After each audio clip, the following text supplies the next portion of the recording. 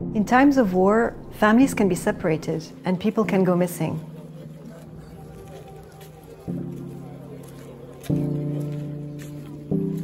The International Committee of the Red Cross's Central Tracing Agency has the unique role of preventing disappearances and maintaining family links. We have been doing this for more than 150 years.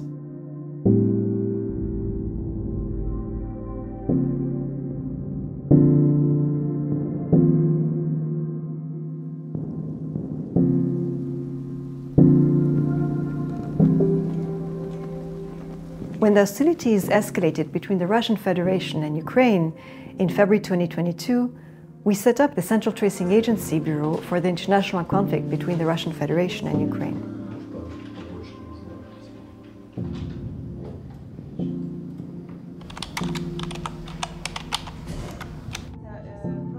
Our aim is to prevent disappearances and alleviate the suffering of families who have been separated from their loved ones.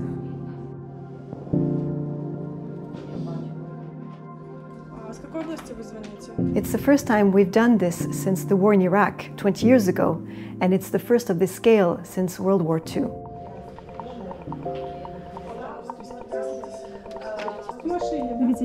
We pick up the phone when family members call us looking for their beloved ones.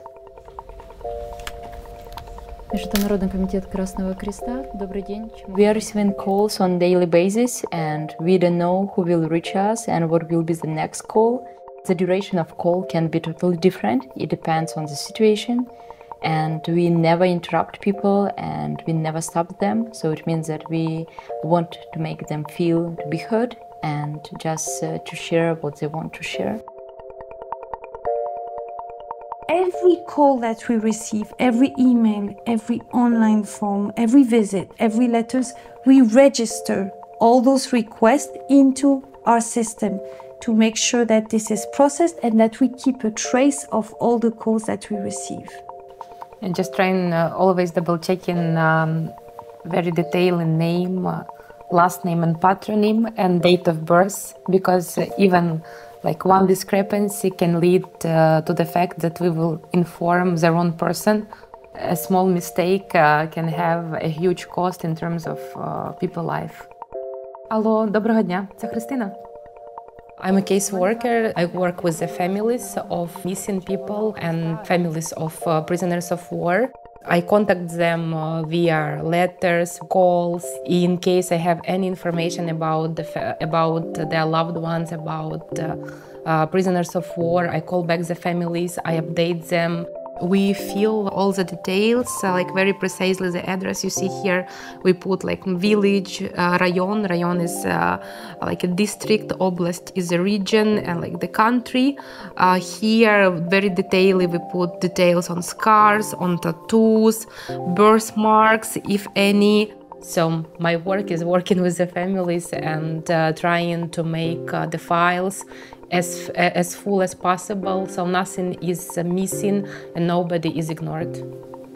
We've just received a new list from the authorities with a couple of 100 names on it. Because this is an international armed conflict, both Ukraine and the Russian Federation have a legal obligation to share with us information about all enemy soldiers and civilians that have fallen into their hands, such as prisoners of war, enemy soldiers that have been retrieved from the battlefield, and captured enemy civilians, so to speak. Whenever we receive lists of detained persons from the authorities, Ukrainian or Russians, we compare those lists with the lists of missing people we are aware about from their families. Whenever we find a correspondence between those lists, we call this a match. It means that we have an answer to the families of the missing. As a data analyst, I have a few main tasks.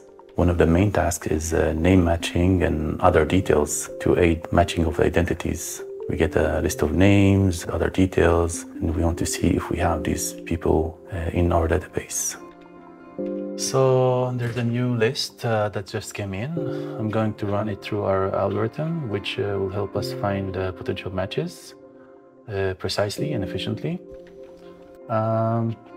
Once I have a list of potential matches, my colleagues will go through it one by one and make the final decision on whether it's a match or not.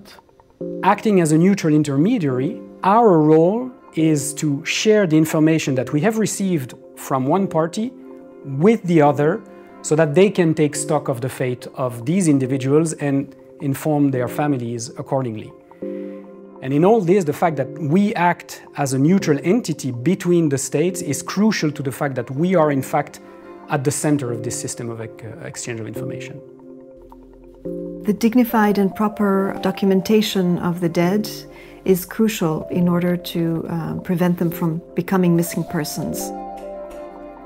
It's extremely important for families to receive this information so that they can begin the process of grieving.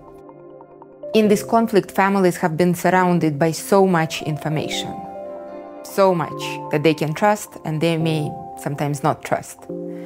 And it's very precious for us to establish the relations with the family and to show and demonstrate that we are trustworthy sources of information. Hello. Hello. Hi. Do you have something for me? Oh, yes, you do. As long as the search for missing people goes on, we keep storing information about them and the circumstances of disappearance, and any additional information about what happened to the missing people that could be useful one day for the search. All this information is stored in two main formats: a digital format in a database and also in a paper format in a safe manner. Every cabinet has its own label, so we can keep a track where everything goes. Whatever is received and processed by a data team here at the CTA Bureau, we print it out and we keep it as a paper files so that we have it as a reference in any circumstances, and also that is easily retractable and reachable for the caseworkers that would work with individual cases. One of the biggest pains in the world is the pain of not knowing for sure. Not knowing if your loved one is sick, not knowing if your loved one is alive. And this is absolutely excruciating. This is something that you cannot live with. This is something that you cannot move to the next day with. And families who are not knowing, they're living with this pain 24 hours, 7 days per week.